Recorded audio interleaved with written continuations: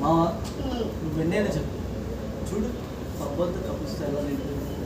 మనపతో కూడా girl friend ఉంటే ఎంత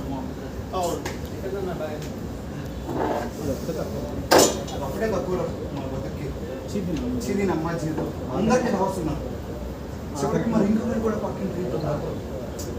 మన బతుకు ఒకటే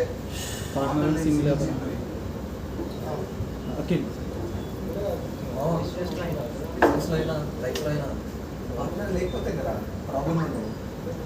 సింగిల్ లైఫ్ సింగిల్ ఉంటే మిగిలిన అయితే ఓన్లీ దెంగు